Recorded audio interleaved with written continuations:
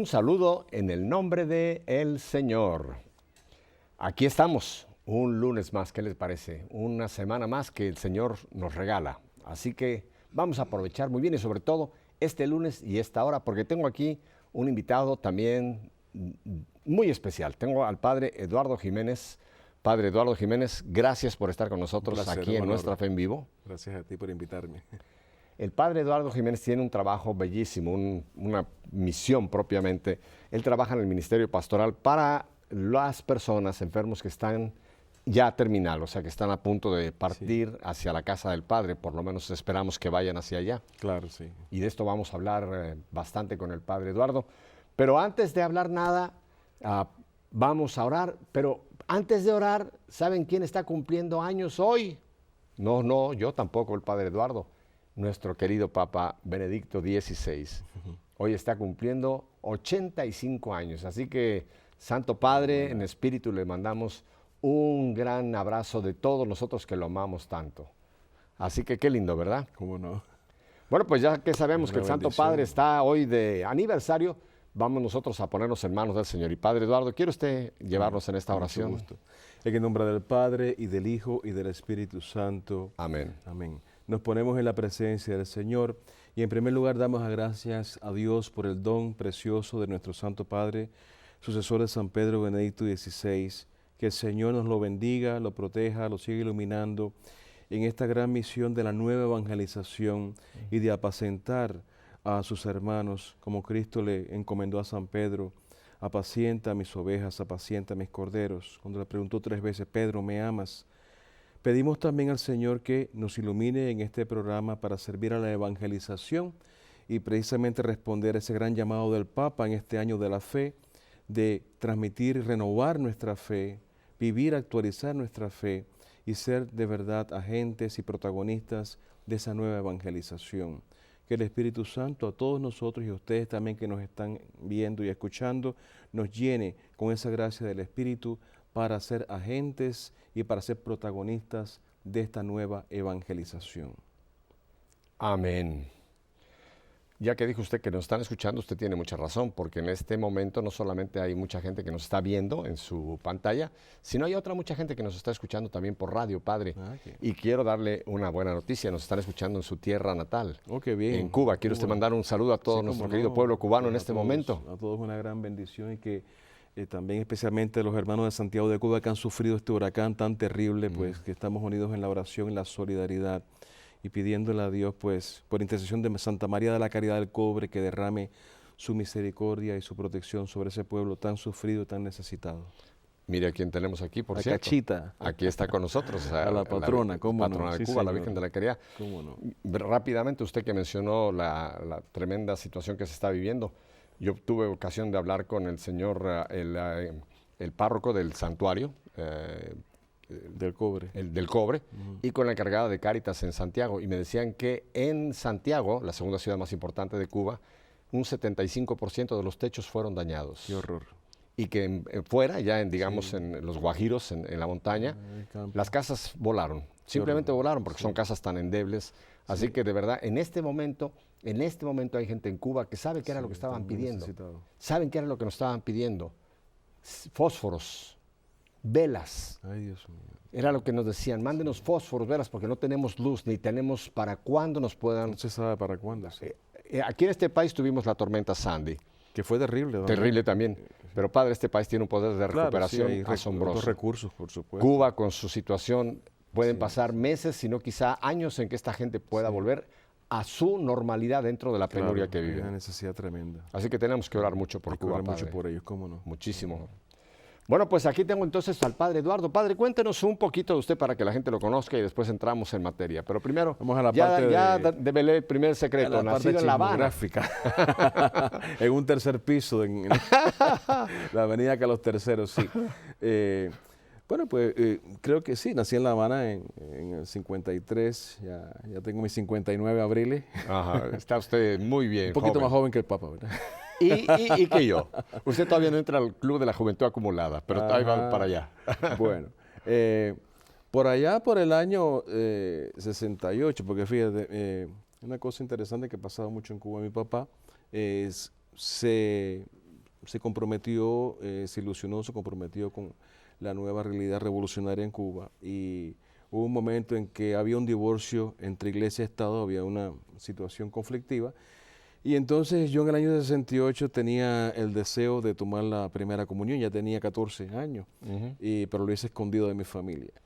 Y bueno, después se descubrió y fue un lío, pero se resolvió. En el año 70 yo salía del servicio militar obligatorio y tenía una gran ansiedad y necesidad de Dios. Fui a la iglesia y me encuentro era la jornada de las vocaciones y había un sacerdote, español por cierto, predicando y era un gran predicador, predicaba muy bien y dijo algo que a mí me impactó y dijo, ya en este momento ya no se importan los sacerdotes del extranjero para Cuba. En ese momento era una de las fases conflictivas, iglesia-estado, que había habido un cierre, no dejaban entrar a nadie de afuera. Y de hecho habían expulsado obispos y sacerdotes. Sí, eso fue en el año 61, Ajá. pero en el año 70 había habido otro momento como un tranque, un cierre. Okay. Y entonces él dijo, ya aquí no puede entrar más nadie de afuera, si la juventud aquí no responde, se acaba la iglesia. Entonces yo dije, yo tendría 17, 16, 17 años. Yo dije, no, yo no quiero que se acabe la iglesia. Entonces fui para la sacristía cuando acabó la misa y le dije, padre, yo quiero ir al seminario. Yo no quiero que se acabe la iglesia. Mire cómo Dios llama. Él se quedó asustado. Dijo, ¿este muchacho dónde sale? Y dije, bueno, tienes primero que terminar el bachillerato. Oiga, esa no fue una vocación tardía, esa fue una vocación instantánea. Sí, yo dije, no, yo no quiero que se acabe la iglesia, yo quiero ser cura. Ajá. Bueno, no fue enseguida, porque lógicamente tenía que pasar otras cosas hasta que entré en el año 74. Y después... Pero padre, algo que me interesa, porque usted menciona que había un divorcio entre fe y vida, digámoslo así, en alguna manera. ¿En casa se vivía la fe o su casa vivían...? El problema es que se comprometieron políticamente con Correcto. la nueva situación marxista Claro, y marxista es antirreligioso. Y era en ese, sí, Correcto. era ateo, materialismo dialéctico ateo, entonces... ¿Pero en casa se oraba, iban a misa? Mira, en mi casa eran católicos tradicionales, de 2 o 3 veces al año. Mi mamá rezaba mucho rosario, eso sí. Siempre que salíamos de compra, vivíamos en La Habana, cuando eso entrábamos en la iglesia del Sagrado Corazón de Reino de los Jesuitas, mi mamá rezaba un rosario completo ahí antes de ir de compra. Y era la época que las mujeres usaban velo, entonces mi hermano y yo nos aburríamos mirando el techo, es una iglesia gótica. Ajá. Y entonces ella nos metía unos pellizcos para que nos estuviésemos tranquilos, porque cuando eso uno no chistaba. Ajá.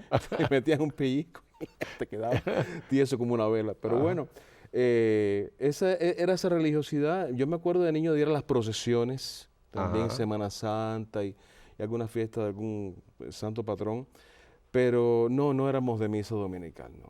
Mi familia nunca fue práctica así ni de una comunidad específica, una parroquia. No, le hago esta pregunta porque es muy interesante. ¿Cómo Dios trabaja en caminos misteriosos, verdad? Sí, o sea, muy en este misterioso. caso no vino la vocación por una vida muy, muy profundamente católica en el hogar, pero sin embargo cuando viene este tipo de confrontación, la iglesia se acaba. En ese momento un chispazo le prende a usted, yo quiero ser. Sí. Y sin saber en lo que usted estaba, quizá... No, fue así espontáneo. Ajá. Sí. Ajá. Ni yo mismo sabía lo que me estaba metiendo. Pero se metió. Me metí, sí. El Señor le tomó la palabra, dijo, Sí, Eduardo, sí. ya te oí, ven Sí, acá. ¿cómo no? Sí. ¿Cómo no? Entonces años tarde ya va usted al seminario, cursa sus estudios. Más tarde, sí. Entré en el año 74, en el año 82 fui ordenado y del 82 al 87 fui párroco en la iglesia de Carmen, al centro de la isla, en Santa Clara. Ya en ese momento yo estaba en la congregación de los padres salesianos, era salesiano, de Don Bosco. Entonces en el 87 me enviaron a estudiar a España, en la Universidad de Salamanca hice una licenciatura en teología catequética. Regresé a Cuba, estuve después en Santiago de Cuba trabajando, donde fue todo este fenómeno del huracán, en la parroquia de Don Bosco. María Auxiliadora se conoce popularmente como San Juan Bosco. Y allí, pues, por razones ya ajenas a mi voluntad, en el año 92 vine para acá, para los Estados Unidos. Bueno, pues América también, Cuba Sí. está en América, por supuesto, me Sí. refiero para los Estados Unidos. Ajá, sí. Y entonces aquí he trabajado en varias parroquias, estuve 7 años trabajando en la arquidiócesis como director del Departamento de Pastoral Familiar. Tuve la oportunidad, que fue un don de Dios también, de hacer el máster en psicoterapia de matrimonio y familia, porque me encanta todo lo que es la pastoral familiar. Y ahora tengo el privilegio de servir a esa porción del cuerpo de Cristo, quizás más vulnerable, más frágil, que son las personas que van a morir, los enfermos, los ancianos, de cual el Papa hablaba tan bonito ahora. Fíjese qué reciente, cosa. hoy mismo, ¿no? Sí, digo, yo no creo nunca en las coincidencias, digo, son cristoincidencias. Y el hecho de tenerlo usted hoy aquí, Padre Eduardo, ayer, el domingo, que el evangelio que escuchamos fue el buen samaritano, el que atendió al que nadie quería, por lo menos los que pasaron se hacían a un lado por otras razones, ¿no? Y hoy el Santo Padre se reúne con un grupo muy grande de ancianos. O sea que hoy usted está aquí como poniendo esto junto, ¿no? Sí. Le hago esta pregunta porque nosotros, Padre, hemos visto cómo se ha desplazado mucho la figura del anciano en la familia. Sí. Me imagino que en sus tiempos, en mis tiempos, los Sí. ancianos morían en casa. En O casa, sea, sí. era parte de la vida de la familia. Y Y hoy era día, objeto de respeto, cariño. Exacto. Sí, se les pedía consejo. exacto, Sí. porque además, usted lo sabe muy bien, es bíblico, ¿no? La sabiduría del anciano es una sabiduría Sí, que, cómo no. que la tenemos que apreciar, porque ahí viene toda la experiencia de vida y Claro. hay una riqueza tremenda, ¿no? Que el Seguro. Santo Padre lo acaba de mencionar. Sí, sí, cómo no. Sin embargo, Padre, estamos hoy día, cuando ya llega una persona a cierta edad, la queremos sacar porque nos Sí, estorba. Sí. Qué Y pena, hay ¿verdad? instituciones que cuidan de ellos, pero hay muchas personas que dicen, bueno, ya te voy a poner en una casa para que te cuiden. Y lo que es ya más quizá patético, ¿no? Cuando llega el momento ya de sus últimos días, pues también buscamos a alguien que los pueda atender. Corremos el riesgo de perder la dimensión de la compasión Ajá. y del respeto a la dignidad de la persona, porque el hecho de que una persona incluso vaya perdiendo facultades, por ejemplo, con el mismo Alzheimer, no quiere decir que no tenga dignidad. Claro, Todo ser humano es sujeto de dignidad. claro. Y además, Padre, bueno, yo hace 4 años tuve un momento en que yo morí. Yo sé lo que es estar... ¿Y lo qué? que, sí, Qué buena pero experiencia. no voy a contar aquí toda la historia, ustedes conocen parte de ella. Pero pienso, Padre, que cuando una persona llega a estos momentos, que uno sabe que va a partir de este mundo, yo me imagino que el deseo más grande es estar en casa, estar Claro. con los suyos. Sí, Me supongo que Claro. para muchas de estas personas, Padre, quizás sea un trauma el Sí. verse, aunque lo cuiden mucho en una institución, pero no es lo mismo, Padre. no es lo mismo, nunca, no. Ajá. Sí. Pero gracias a Dios tenemos sacerdotes como usted que se dedican precisamente a llevarles el consuelo, el amor, la esperanza, los sacramentos, etcétera. Y yo recibo, o sea, yo creo que uno da, pero uno recibe. Yo creo que es una gracia también poderlo hacer. Ajá. Sí. No, yo realmente lo admiro, Padre, y le doy gracias a Dios que haya hombres como usted que dedican su vida a este momento tan importante, trascendental, que son nuestros últimos días aquí en esta vida, pero pasamos a la vida eterna. En esta porque, provisionalidad, ¿verdad? Padre, la vida no se acaba aquí. Aquí somos Aquí peregrinos, termina, exacto. estamos de paso. Ajá. Sí.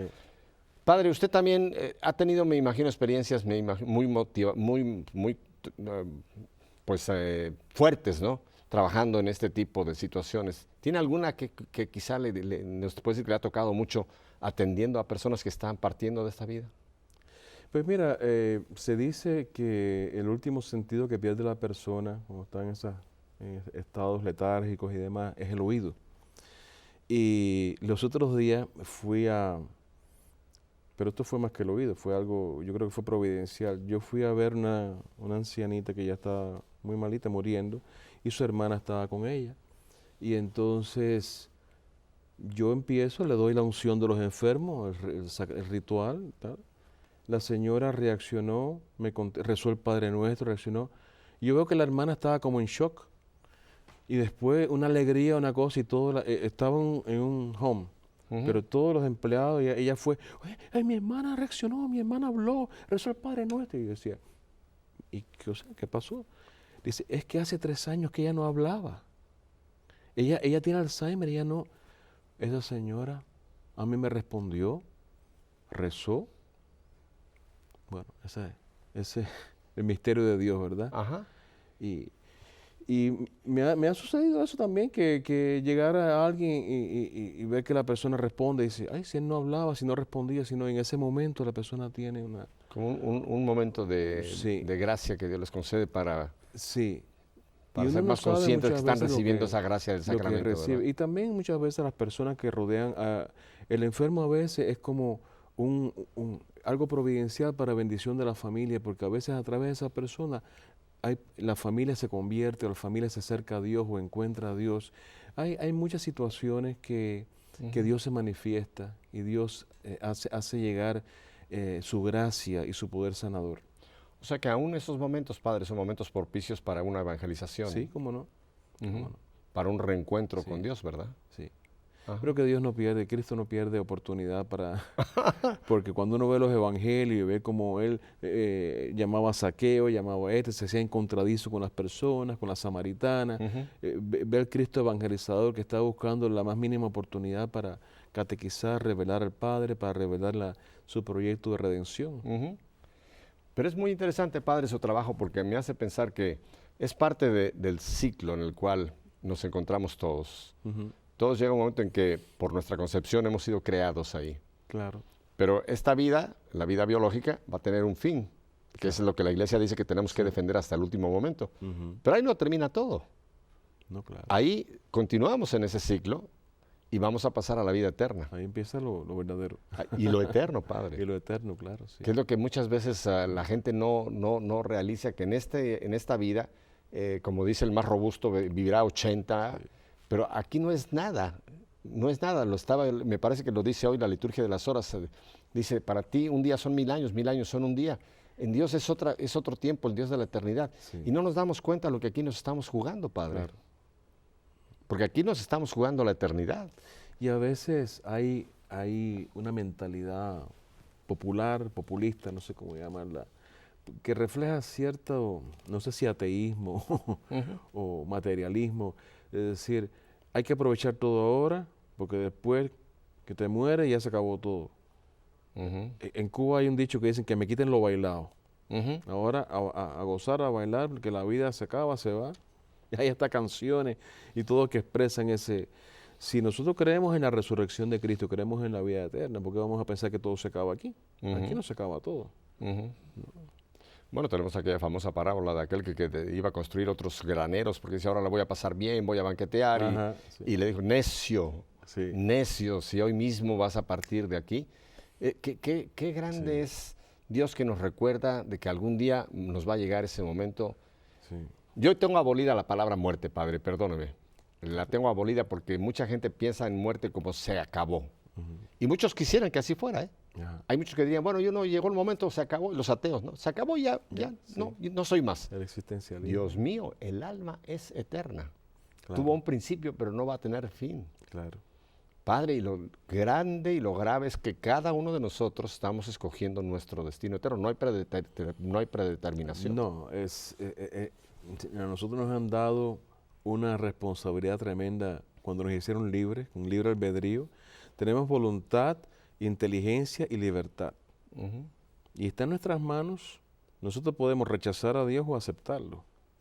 La paradoja es que cuando nosotros libremente rechazamos a Dios, que es la libertad por excelencia, estamos optando por nuestra esclavitud. Estamos decidiendo ser esclavos del pecado, de las tinieblas. Y por la eternidad de Satanás. Sí, porque estamos rechazando al único que nos ofrece la verdadera libertad y la vida que no conoce ocaso. Entonces, cuando hacemos esa libre elección, optamos por nuestra propia esclavitud. Me parece un retruécano, un juego de palabras, pero es así. Por eso, Padre Eduardo, yo creo que es providencial, lo he comentado en otras ocasiones, que el Santo Padre Benedicto ha tenido esa inspiración, ya desde el año pasado, cuando nos dio ese documento Porta Fidei, de convocar un año de la fe. Y estamos, usted lo sabe, estamos ya, no es que estamos esperando, ya estamos en el año de la fe. Y lo que vamos a hablar ahora con el Padre Eduardo, ¿qué significa el año de la fe? No desde un punto de vista teológico, sino qué significa para usted, para mí, para el Padre Eduardo, para cada uno de los que todavía estamos en este peregrinaje. ¿Cómo pudiéramos, Padre, cómo se le ocurre que pudiéramos hacer una especie de adaptación del año de la fe referente a lo que vamos a llamarle el año litúrgico de la Iglesia? Pues mira, yo creo que el Papa Benedicto XVI, que es un gran teólogo y es un gran evangelizador, ante esta ocasión de que se celebran 50 años del Concilio Ecuménico Vaticano II, 20 años de la proclamación del Catecismo Universal de la Iglesia, él tiene una gran preocupación, tiene un gran celo, porque siente que el mundo no está evangelizado, Él mismo ha dicho en un reciente documento que estamos como un desierto lleno de vacío. Hay un vacío, hay vacío de Dios, hay vacío de sentido cristiano, porque falta evangelización, porque nos estamos paganizando. Está ocurriendo lo contrario de que nosotros estamos llamados a ser sal de la tierra y luz del mundo, estamos llamando a inculturar la fe, meter la fe en la cultura, pero sucede muchas veces que el paganismo se mete en nosotros y nosotros perdemos la identidad cristiana, nos descristianizamos para paganizarnos, nos dejamos arrastrar por la corriente. El Papa toma conciencia de eso, proclama este año de la fe, porque él quiere emprender una nueva evangelización que nos lleve a eso que Cristo nos ha llamado, que la iglesia nos ha llamado siempre, que no acabamos nosotros quizás de entender, que es la unidad entre la fe y la vida. Ahora, el año litúrgico, si nosotros atendemos, observamos el año litúrgico como está concebido, el año litúrgico lo que nos lleva a vivir con Cristo y en Cristo durante todo el ciclo cronológico de cada año, esos 365 días, actualizando en nuestra vida la vida de Cristo, todos los hechos salvíficos de la existencia de Cristo. ¿Dónde empieza cada año cristiano, cada año litúrgico? Empieza con el tiempo de Adviento. ¿Cuándo empieza el primer domingo de Adviento? Cuando celebramos la fiesta de Cristo Rey. El domingo siguiente es el primer domingo de Adviento. La razón por la que le pedí tocar ese tema es porque en 2 domingos, nos queda un domingo más, y en 2 domingos a partir de hoy, de este lunes y los demás días de esta semana, llegamos al final y entramos precisamente, ese domingo es el domingo de Cristo Rey. O sea que la gente se pregunta, ¿por qué la Iglesia Padre no va con el calendario gregoriano? ¿Por qué no empezamos el año litúrgico como el 1 de enero? El 1 de enero, como empieza todo. ¿Y por qué la Iglesia se adelanta y viene por acá en noviembre a decirnos que viene un año nuevo? Porque hay mucha gente que dice, ¿pero qué pasó? Hay que congeniar los dos. Pero no, ¿verdad? La Iglesia, su año litúrgico termina con Cristo Rey, Cristo Rey de todo, y empezamos este nuevo ciclo, año litúrgico. Y empezamos, usted dice, en el tiempo del Adviento. Sí, el propósito ese es el propósito del Concilio Vaticano II, de que vivamos con Cristo, todos los hechos de la vida de Cristo durante el año, estemos inmersos en Él y Él en nosotros, actualizando la vida de Cristo en nosotros. En realidad hay la doctrina de la actualización que viene de San León Magno, de que Cristo, el sacrificio único y eterno de Cristo que ocurrió allá en Jerusalén cuando fue el primer Viernes Santo, cuando fue el primer Jueves Santo, la primera Pascua de Resurrección, eso ocurrió de una vez para siempre. Cristo no vuelve a morir, Cristo no vuelve a resucitar, Cristo no se vuelve a hacer la última cena. Nosotros actualizamos la pasión, muerte y resurrección de Cristo en cada misa, la actualizamos. No se multiplica ni se repite el único y eterno sacrificio de Cristo, lo actualizamos. Pero de la misma manera, todos los misterios de la vida de Cristo se actualizan en nuestra vida cotidiana siempre, día a día. Ahora, por ejemplo, nosotros con la fiesta de Cristo Rey terminamos este año litúrgico, este año cristiano. Al domingo siguiente, primer domingo de Adviento, empezamos un periodo de 4 domingos de preparación ¿a qué? A uno de los acontecimientos, no el más importante, pero uno de los más importantes de la vida cristiana, que es el nacimiento de Cristo, la encarnación. El verbo de Dios, Dios que por primera vez se hace humano en todo igual a nosotros menos en el pecado, entra en la raza humana, en nuestra creación, la Navidad. ¿Me permite hacer las veces del abogado del diablo? Ajá, ¿cómo no? Padre, a tiempo de Adviento, usted está hablando, va a empezar ahora en 2 domingos, el tiempo para llevarnos al 25 de diciembre, día de la Navidad.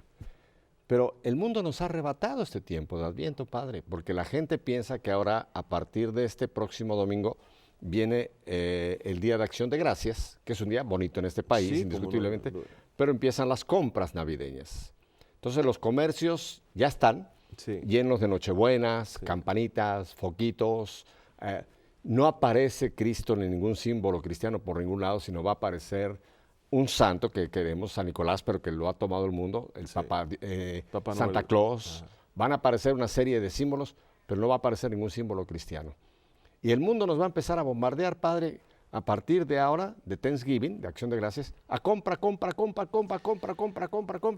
Sí, es que Y la sociedad de entonces, consumo como que nos absorbe. Estamos pensando en los regalos para los intercambios de regalos. Estamos pensando en las rebajas, en las ventas de Navidad, en la decoración, el arbolito, el no sé qué, las luces. Y no es que eso sea malo, eso es bueno. Pero realmente nosotros cuando celebramos Navidad, y ahora yo sigo, ¿no? Como abogado del diablo, ajá, yo pregunto esto, cuando nosotros celebramos la Navidad, nosotros estamos celebrando con ese gozo, regocijo, el nacimiento del Redentor, o estamos celebrando una fiesta cultural que nos reúne en familia, que nos lleva a intercambiar regalos, que es bonito por los adornos, el arbolito, todas las cosas, la parte cultural. pan con lechón, Tenemos días de el vacaciones. pavo, sí. La escuela tiene días de Sí. vacaciones. Ajá. La gente se da sus traguitos también, a veces de más, ¿verdad? Se Ajá. pasan. Como algunos que la misa del gallo ya llegan, que ya no, Ya ni al gallo escucha. ya ni el gallo escucha. Y se desvirtúa completamente lo que es el auténtico sentido de la Navidad. No solamente el Adviento, hasta incluso la Navidad. Claro, ¿no? claro. Pero entonces, para ir centrándonos, Padre, el Adviento entonces no es un tiempo de compras, no es un tiempo de Es un andar por los tiempo- comercios y de estar pensando en decoraciones, aunque no tenemos nada en contra de eso, pero vamos No, al punto. pero, claro. Adviento es un tiempo de preparación entonces. Es preparación Ajá. a recibir a Cristo. Es ir transformando nuestro corazón en un pesebre donde Cristo pueda nacer en la noche de Navidad. ¿Con qué? Con acciones de conversión, de renovación, de examen de conciencia, de seguir el grito de Juan Bautista: preparad el camino al Señor. Preparad el camino al Señor. ¿Qué quiere decir preparar el camino al Señor? Quiere decir remover, ¿verdad? Como cuando dice el Bautista, que las colinas se allanen y que los vacíos se rellenen. Quiere decir que toda aquella parte de carencia, de pecado, de superficialidad que hay en nosotros, la llenemos de Cristo, la llenemos del Espíritu Santo. Y todas aquellas montañas de soberbia, de odio, de envidia, de mal, lo aplanemos para que realmente la gracia de Dios venga a nosotros con el niño Dios. Ya empezó usted, como decimos en México, a ponerle el cascabel al gato. Entonces ya entendemos dónde empezamos el año litúrgico. Empezamos con un tiempo de preparación. Tiempo de conversión. Vamos de conversión. Es conversión. Vamos a ir a unos muy breves mensajes y antes de irnos quiero, darle las gracias. La página, nuestro Facebook de ewtn.com español, acabamos de llegar a los 80,000 fans. Wow. Así que Aleluya. felicidades a todos los que nos siguen a través de facebook.com/EWTN Español. No ponga español con N porque si no, no va. Español. Vuelvo con el Padre Eduardo y con ustedes hablando de el año litúrgico. Tome nota.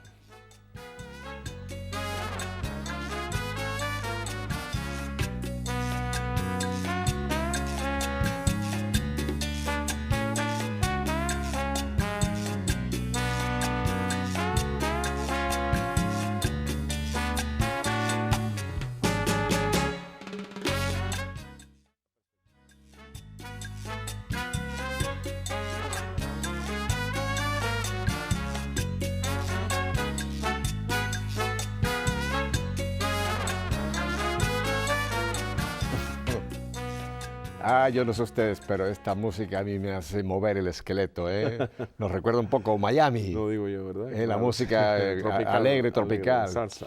Por cierto, déjenme les recuerdo que a partir del día 2 de este mes de noviembre, que fue la fiesta de Todos los Santos, ya estamos, después de 31 años que hemos lanzado la señal de WTN, pero ya estamos en nuestra nueva etapa, que ahora nuestros sistemas son completamente de transmisión digital.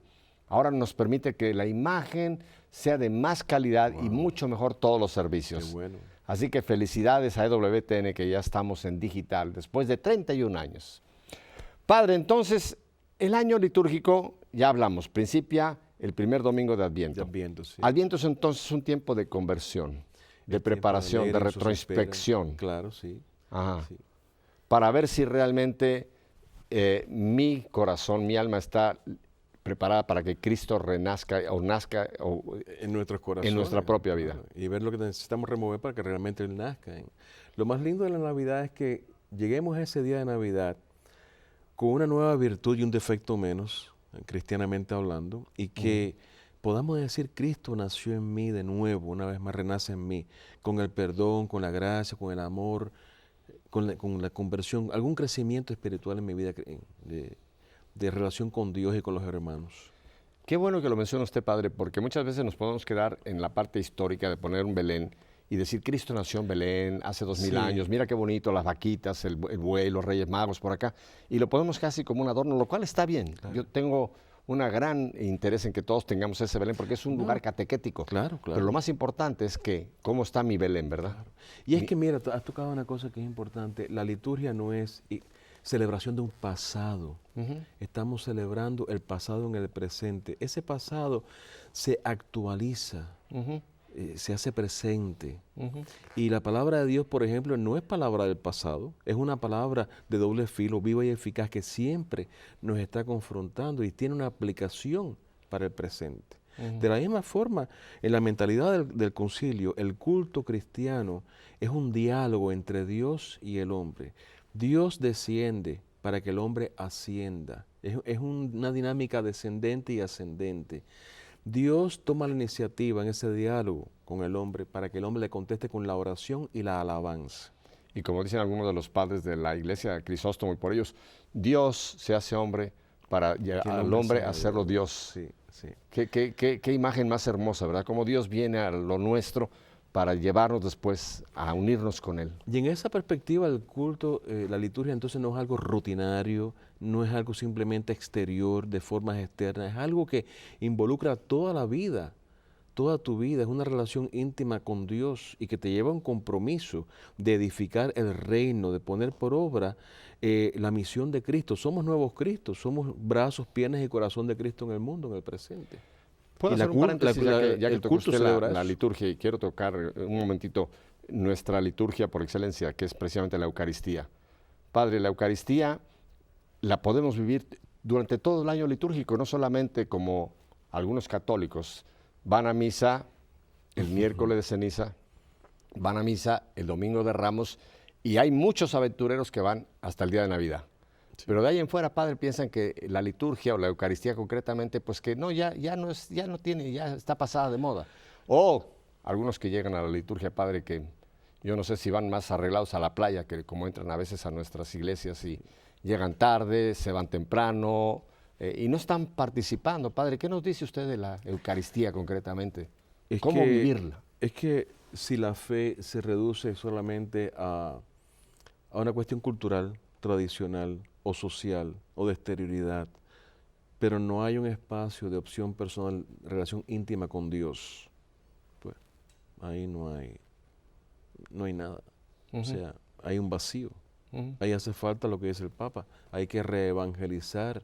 Ahí hace falta acrecentar la fe. Por eso es tan importante este año de la fe. La renovación de la fe, la conversión, la renovación, convertir el corazón. Nosotros podemos ser, como ha habido tantas veces gente que dice, yo soy católico a mi manera. No, eso no existe. No. O eres católico o no eres católico. Bueno, yo lo digo de una manera más cruda, padre, ¿me permite? Católico a mi manera es la mejor manera de no ser católico. Claro. Así de sencillo. Claro. Padre, un momento usted mencionó lo importante que sucede cuando en la Eucaristía no es un nuevo sacrificio, es el sacrificio eterno de Jesús pero que actualizamos. Se actualiza, sí. Y de la liturgia de la palabra, Padre, que la gente tampoco entiende que la Eucaristía tiene dos partes importantísimas, que es liturgia de la palabra y la liturgia eucarística. Y nosotros a veces solamente le damos un poquito, si acaso importante, a la parte de la liturgia eucarística, pero yo sé de gente que dice, no, mira, a mí cuando están haciendo las lecturas, yo mejor llego tarde porque yo sé que la misa me vale si llego a la homilía. Es importantísimo. Imagínate que hace muchos, ya que estamos celebrando, siguiendo lo que pide el Papa Benedicto XVI, actualizar y poner en práctica de verdad el Concilio Vaticano II, el Papa Pablo VI tocó esto, de que la palabra de Cristo está presente realmente en la palabra de Dios. O sea, en la encíclica Mysterium Fidei, que afirmaba la presencia real en la Eucaristía, Pablo VI dice, la presencia de Cristo en la Eucaristía se dice real no por exclusión, como si las otras demás presencias no fueran reales, sino real por excelencia. O sea que se afirma que existe una presencia real de Cristo en la palabra de Dios, además de la Eucaristía. La Eucaristía es una presencia especial porque por la transubstanciación, Claro. el pan y el vino se convierten en cuerpo y sangre de Cristo realmente. Pero en la palabra de Dios es sagrada, Cristo está realmente presente. Por eso hablamos en la misa de la doble mesa, de la palabra y de la Eucaristía. Si no se puede restar importancia a la palabra de Dios. Yo le oí a usted, padre, y fue una de las cosas que me impresionó mucho de usted como celebrante, mencionar la importancia de la primera lectura, la segunda lectura y el Evangelio. ¿Quiere usted brevemente mencionarnos qué vinculación hay entre por qué la importancia de la primera lectura, Salmo responsorial, segunda lectura y el Evangelio? ¿Qué vinculación hay? La iglesia es tremendamente sabia, madre y maestra. Y sí, en cada domingo la estructura de la liturgia de la palabra. Que va con el año litúrgico. Sí, que va inserta en el año litúrgico. Pero en cada domingo generalmente la primera lectura y el evangelio tienen una unidad temática. Por ejemplo, este domingo, 32 del tiempo durante el año. En la primera lectura estaba el tema de la viuda, ¿verdad? Que atiende al profeta. En el evangelio está el buen samaritano. Jesús también, que ve la viuda que va a dar la limosna en el templo. Perdón, bueno, sí. es cierto. La limosna en el templo y se fija que da todo lo que tiene, no lo que le sobra, sino todo lo que tiene. ¿Ves cómo hay la figura de la viuda que en la Biblia aparece muchas veces como una figura vulnerable, discriminada, muchas veces abusada? Bueno, la primera lectura y el evangelio tienen una unidad temática. La segunda lectura queda muchas veces como una aplicación a nuestra vida cotidiana actual de ese mensaje que nos presenta la primera lectura y el evangelio. El Salmo responsorial generalmente es una respuesta a la primera lectura, es una respuesta de alabanza, de oración a la primera lectura. O sea que hay una dinámica entre las lecturas que es una riqueza tremenda para el pueblo cristiano. Que Dios nos habla a cada uno muy personalmente. Claro. Podemos haber 800, 900 personas en un momento dado y sin embargo quizás si hiciéramos un examen, si estamos oyendo, quizá el Señor a cada uno nos va a decir algo muy particular para mí en lo personal, a través de la primera o del Salmo responsorial o la segunda o el Evangelio. Hay una palabra para mí. Seguro. Y tú lees un texto bíblico ahora y el mismo texto bíblico lo lees en otro momento y te dice algo diferente. Siempre le sacamos riqueza a la palabra de Dios. Padre, qué hermoso que esto entonces, dentro de lo que es el año litúrgico, cómo la iglesia nos va llevando y toda la estructura va de acuerdo al tiempo litúrgico. O sea, las lecturas de Adviento van en ese tema, preparación para Navidad. Ya llegamos al tiempo de Navidad, Padre. Y entonces después del tiempo de Navidad, fíjate que después del tiempo de Navidad tenemos una fiesta preciosa que es fundamental para la sociedad contemporánea, la Sagrada Familia, Jesús, María y José. Después de la Sagrada Familia viene la solemnidad de Santa María, Madre de Dios, 1 de enero. Después viene la manifestación de Dios, la Epifanía, los Reyes Magos, como lo conocemos los hispanos, ¿verdad? El bautismo del Señor. Ya después viene ahí este periodo de tiempo ordinario. Pero déjeme volver un momento aquí porque es muy importante lo que usted acaba de decir. Mucha gente piensa que Navidad terminó el 25 de diciembre en la noche. El 26 hay que tirar el arbolito fuera, quitar las luces y se acabó colorín colorado. Este tiempo va hasta el bautizo del Señor. Claro. Que incluye todas estas enormes celebraciones que usted acaba de mencionar. Tiene una riqueza tremenda, la Epifanía, el bautizo. Eso tiene una riqueza tremenda. Navidad, Epifanía y bautizo hacen una trilogía que expresan tremendamente el misterio de la salvación de la encarnación. Tome nota, este año ni se le ocurra el 26 de diciembre decir se acabó la Navidad, porque el mundo así lo acaba, ¿eh? Sí. El 25 todavía hay villancicos por todas las estaciones de radio y la televisión. El 26 se acabó. Sí. Van para abajo los adornos y se acabó lo que se daba. Nosotros tenemos que seguir viviendo nuestro tiempo litúrgico, ese tiempo, hasta el bautismo. ¿No se acabó la Navidad? No. ¿Ya lo entendió? Claro que Qué bueno. Seguimos. Ahora, después, Padre, viene uno que llamamos tiempo ordinario. Y me río porque a mí mucha gente, cuando llega el tiempo ordinario, dice, llegó el tiempo ordinario. Ah, Como si aquí fuera. ya no tenemos ni que ir a misa porque es un tiempo ordinario. Vamos a ver cuándo viene otro tiempo alegrón. Entonces, ¿qué pasa con el tiempo ordinario, padre? Es un tiempo, es tiempo con la palabra de Dios que seguimos siguiendo a Cristo paso a paso, ¿verdad? La vida pública de Jesús, los milagros, el Cristo que va aglutinando a los discípulos, que va haciendo, poniendo en práctica el proyecto del Padre de redención, de revelación del Hijo como el Redentor, como el Mesías, Ujú, ¿no? A través del tiempo durante el año, o ujú. tiempo ordinario, pues se nos va revelando el Cristo Redentor, el Cristo Catequista, el Cristo Evangelizador. Y aprovecho para decir, los milagros que hace Jesús no son para ganar votos, ni para popularidad, ni para mejorar en las encuestas. No, los milagros de Jesús, ni para hacer un alarde de poder. La finalidad de los milagros de Jesús son demostrar que Él realmente es el Mesías y que el reino de Dios ya llegó. Los profetas habían anunciado que el Mesías iba a hacer esos portentos milagrosos. Ujú. Cuando Jesús hace los milagros, está demostrando que Él no es un impostor, que Él es el Mesías que los profetas habían anunciado. Ujú. Por eso cuando San Juan Bautista le manda a preguntar si Él es el que había de venir, Jesús no le pregunta, dile a Juan que sí, yo soy el Mesías. No, le dice, dile a Juan que los sordos oyen, los paralíticos andan, los leprosos quedan limpios, etcétera, etcétera. Le responde con las acciones salvíficas que Él estaba realizando. Aún en los colores, como hemos visto en la gráfica, van variando. Vimos que en el tiempo de Adviento era el color morado o azul, que también se usa un azul muy bonito. Después viene el tiempo de Navidad, que es un color blanco el que se utiliza. Son los colores que usa el sacerdote, los colores Exacto, litúrgicos que vamos a ver en la litúrgicos. iglesia, en los altares, Correcto. en la Luego el decoración. tiempo porque hay dos tiempos ordinarios que vamos a hablar. El primero, el verde es el color que Siempre se es utiliza. el verde, sí, en el Ajá. tiempo ordinario. Y estos son más o menos, según tengo entendido, puede variar porque varían esos tiempos, sobre todo estos puede ser de 5 a 9 semanas.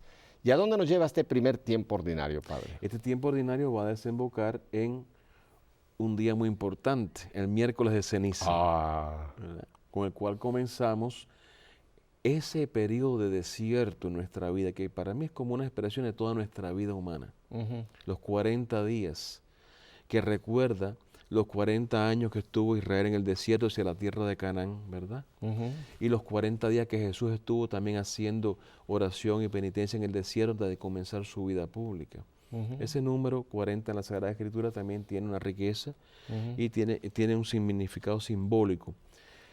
Pero el miércoles de ceniza, como el domingo de Ramos, ¿qué es lo que nos sucede en nuestras comunidades con la religiosidad popular?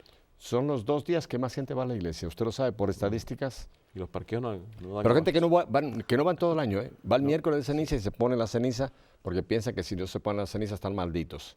Sí. Y van el domingo de Ramos por el ramo porque creen que es un amuleto que lo pueden poner en la puerta para que no les caiga un rayo, Un rayo en la casa. Sí. O sea que toman estas dos grandes, el primer día de entrada a la Cuaresma y la entrada propiamente a la Semana Santa como unas... hay mucho de superstición, padre, Claro, la verdad. claro. Entonces falta de formación, falta de... Es vaciar el signo de del contenido verdadero, auténtico que tiene en sí mismo.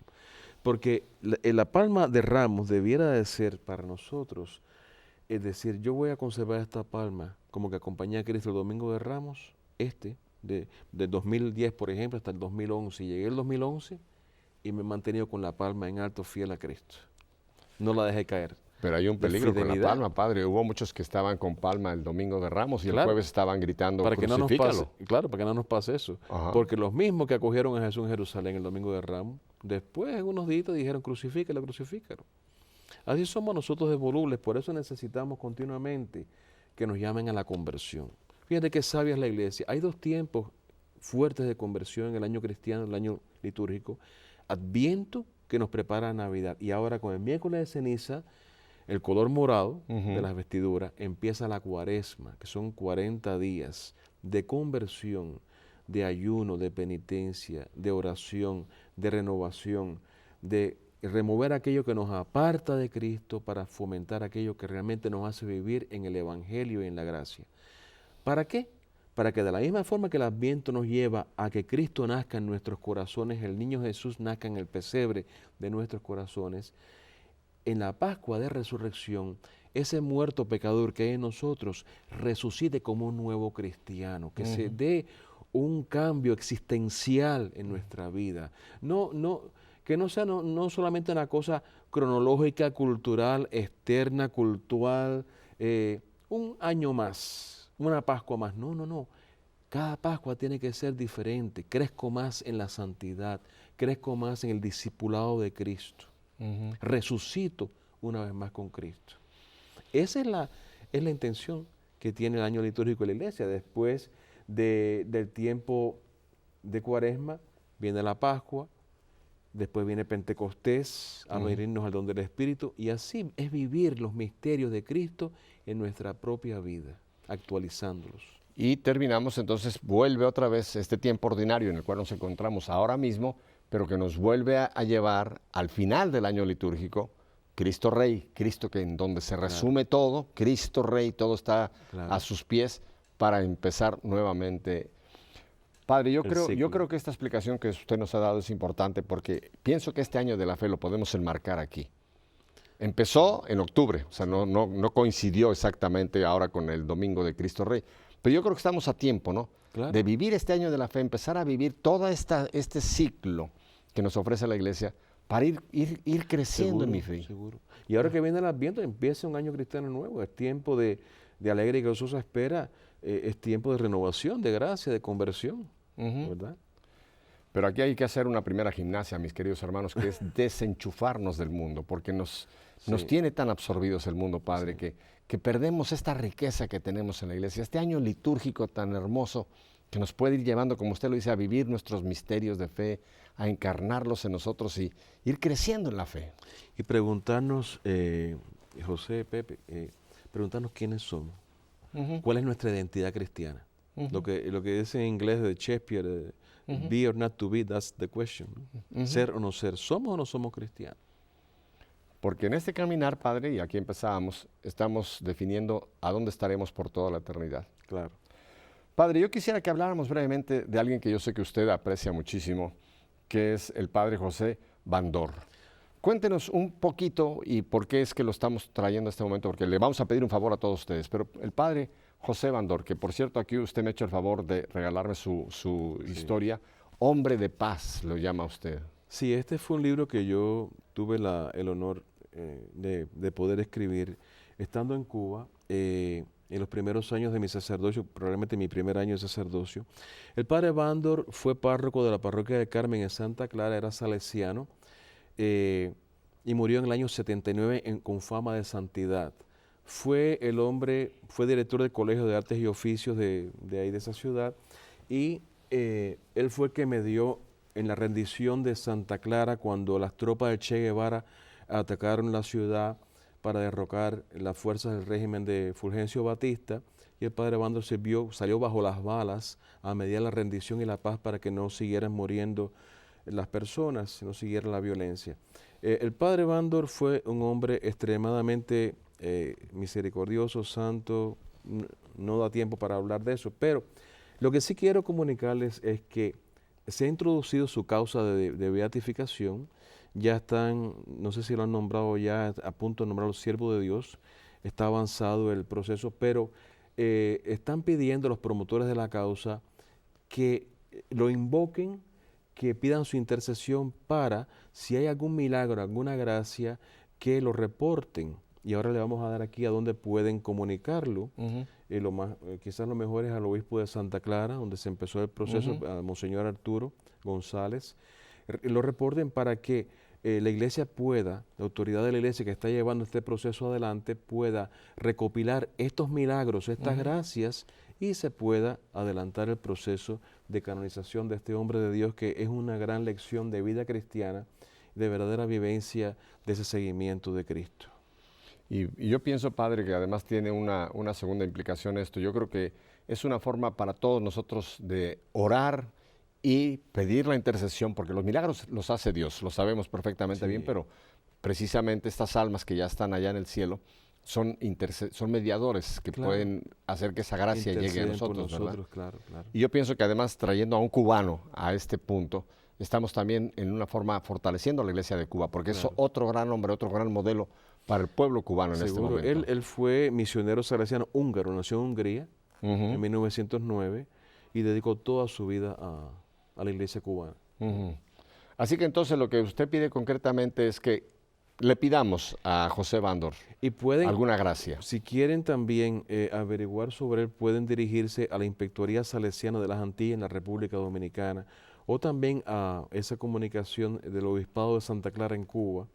Le pueden proporcionar información sobre el Padre Bandor, pero sí que lo invoquen, que cuando tengan una necesidad que pidan su intercesión y si hay una gracia, que ya ha La habido alguna comuniquen. gracia, que lo comuniquen. Miren, ahora tengo en pantalla, lo voy a leer para las personas de radio, porque en Cuba nos están escuchando.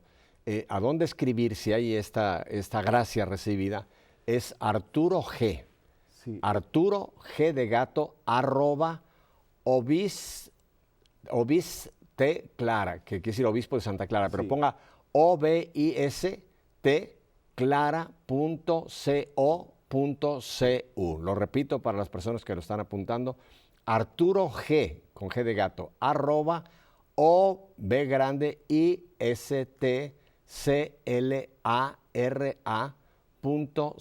OBISTCLARA.co.cu. ¿Está correcto, Sí, padre? muy bien. Sí, ese es el del señor obispo de Santa Clara. Sí. Ajá. Bueno, entonces esperamos que pronto nos conceda Dios Dios lo quiera. el cómo que no, a través cómo no. de este Sí. gran hombre de Dios se Cómo dé no. esta gracia para que pueda él Yo creo que pasar para, a formar para parte. toda Cuba y Santa Clara Ajá. y para la familia salesiana sería una gran alegría. Ya. Padre, me quedan un par de minutos más. Entonces, volviendo a retomar un momento este año litúrgico, ¿cuál sería su último pensamiento para todos nosotros? ¿Cómo podemos vivir el año de la fe en una mayor, pues ahora sí, vida de fe durante todo este año litúrgico?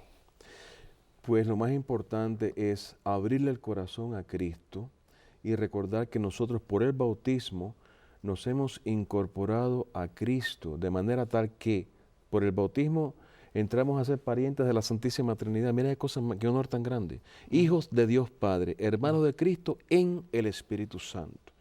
Y eso nos lleva a nosotros al reto de morir con Cristo y resucitar con Él día a día. Día a día. No se trata, había, San Justino tenía una crítica, un pasaje que decía, si tú vas al culto y no dejas de ser adúltero, no dejas de ser esto, pecador, tu culto no te sirve para nada. Cristo nos dijo, el sábado no se hizo para el hombre, perdón, de hecho, al revés, el hombre no es para el sábado para el hombre. Quiere que nosotros vivamos en la libertad de la gracia, de la redención. Bueno, tenemos que aceptar a Cristo, vivir en Él, reproducirle en nuestra vida, abrir el corazón a Cristo, que no vivamos en la mediocridad. Nuestra fe es demasiado rica y Cristo nos llama a vivir en el gozo y en la riqueza de su gracia. Y este mensaje, Padre, creo que es muy importante porque nuestra fe la tenemos que vivir 365 días del año. Claro. No solamente si acaso el domingo y las fiestas de guardar, sino cada día. Y creo que el año litúrgico nos brinda es como un jipi, ¿no? Que nos orienta. ¿Dónde estamos en este Claro, momento? claro. ¿Dónde estamos para vivir este momento litúrgico en el que nos encontramos? Bueno, pues Padre, le agradezco muchísimo. Espero que esta sea la primera de varias visitas que lo tengamos a usted por acá en EWTN. Ojalá. El próximo lunes vamos a tener a alguien que ustedes quieren también muchísimo, otro sacerdote que nos viene a visitar desde Chile, el padre Raúl Hasbún. ¡Ay! Yo sé que ahora gritaron todo el mundo, el padre Hasbún. Aquí va a estar el padre Hasbún. Pero antes de despedirnos, yo quisiera pedirle, padre Eduardo, si usted nos quisiera dar la bendición. ¿Cómo no? Señor Jesús, bendice a todas las personas que están contemplando este programa y todas las personas que nos están escuchando también. Bendice de manera especial a las religiosas, a la Madre Angélica y su comunidad, a los padres también franciscanos de este canal, a todo el personal, más de 300 personas que trabajan en este canal de televisión para hacer posible esta obra de evangelización. Que la bendición de Dios Todopoderoso, Padre, Hijo y Espíritu Santo, descienda sobre ustedes y permanezca para siempre. Amén. Bueno, pues espero que ustedes hayan aprendido mucho, lo mismo que yo he aprendido de esta maravilla que tenemos del año litúrgico. Les tengo una promesa. Esta hoja que han visto ustedes que hemos estado presentando durante el programa, que es este círculo que va marcando los tiempos, les prometemos que va a estar ya mañana mismo en la página web. ahí en la página de WTN, para que usted, ¿sabe qué puede hacer? Usted lo puede hacer un paste y lo ponga en algún lugar de la casa. Y también les quiero recomendar, si quieren ver alguna cosa que diario pongo también en Facebook, vayan a facebook.com/fe en vivo. Así que, y a la otra página, facebook.com EWTN Español. Así que si Dios nos concede, no voy a pedir mucho más, no todo el año litúrgico, una semana más de vida, Dios mediante, aquí estaremos con ustedes la próxima semana con, ya saben, alguien que admiramos tanto, el padre Raúl Hasbún. Mientras tanto, pues que esta bendición haya llegado a todos ustedes y gracias por haber estado con nosotros. Hasta la próxima semana. Padre.